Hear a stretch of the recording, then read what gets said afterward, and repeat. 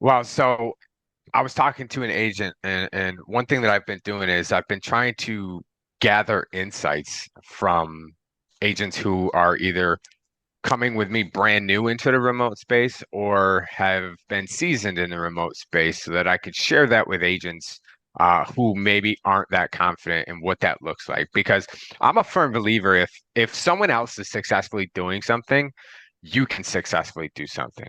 Like it's like, when you have a problem that you have to solve, what do? You go read a book about somebody who overcame that problem. That's worked for me more things personally than I could ever dream of.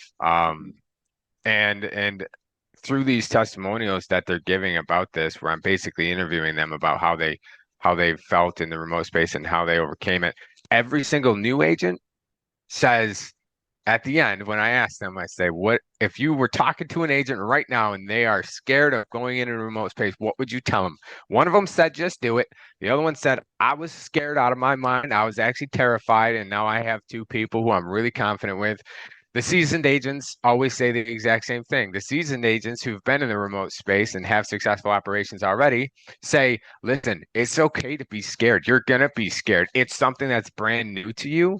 But once you realize how you can still develop the culture and keep everybody together like a team and realize that like what you and I right here are doing right now, there is no difference from you and I sitting across each other at a desk. I can see your body language. I can hear your tone of voice. I can see your facial expressions, So when you're in a remote space, okay, maybe not now, but you can see everything that you need to see to still be an effective manager. There is Mhm. no difference. You could have someone in office and transfers are coming in and they're not taking them. You can still have that in the remote space. What do you do? If you're in office, you go in their office and you say, "What's going on?" If you're in the remote space, you jump in Zoom and you say, "What's going on?" What are they going to do? Just, jump out of Zoom and never talk to you again? Awesome. It saves you time, money, and resources. You send them the termination letter. But that doesn't usually happen. If you're willing to train and work with people, especially people who already know what this looks like coming in, Mhm. then it's just it's such an increase in success because my local packages that I will run sometime, yeah, they're successful, but the agents have a hard time with the training piece. That's taken out of the equation. All you have to do is maintenance training. That's easy. You can get one of those webinar services or something like that where they can continuously train themselves. You can kind of automate the training process. But that's what I've seen, and there's just been so much success around it right now that I personally, anyone that I've brought on, I've pushed for remote, and all of them that I've brought on have taken remote so far. So I haven't brought anyone to Team Hire that wasn't willing to do remote as of right now. I got another one coming in the next couple of days, bringing me to 21 successful agents. So if you're thinking of going to the remote space and you're like, I don't know, come Mhm. talk to me. We'll have a little meeting. I'll tell you the three things that you must do to be successful based on my data, anyways. But I will say I'm a psychopath for optimization. So I've heard that. offer me that trust. And I think it's like But speed to market too, Cody, because you look at yes.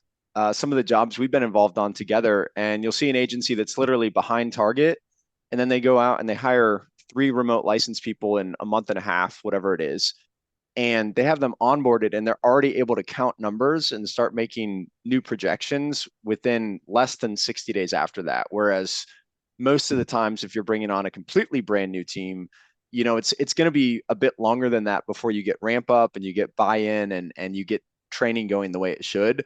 And I think, I mean, correct me if I'm wrong, but I don't think there's anything wrong with doing a hybrid approach as well, where to hit numbers you need to hit now, you bring in a couple of remote licensed producers.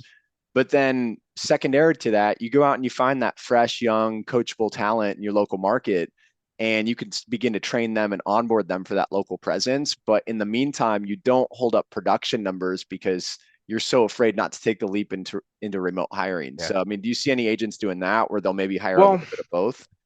think of it this way, right? When you're creating that in-office remote culture, you can still have people in office and envelop them. I mean, you almost have to envelop them into that same culture, right? So let's just say you end up getting two people who are licensed, experienced in the remote space, right? And then you do local at the same time.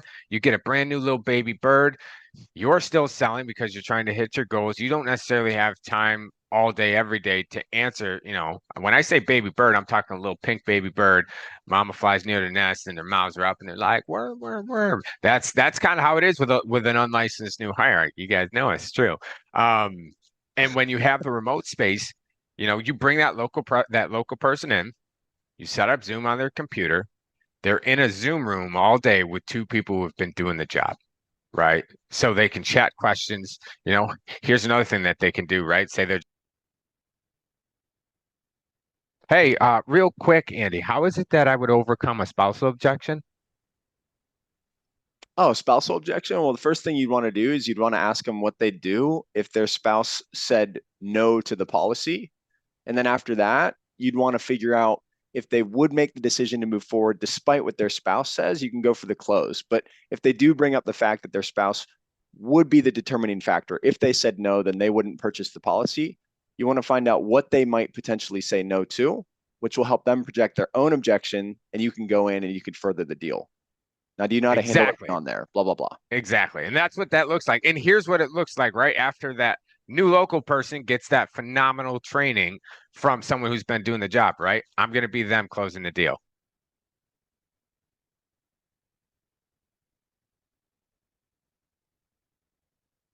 Thank you so much, Andy. I just closed that deal. Great, great advice. Man, this is awesome. See, that's the kind of energy that you can get in the remote space.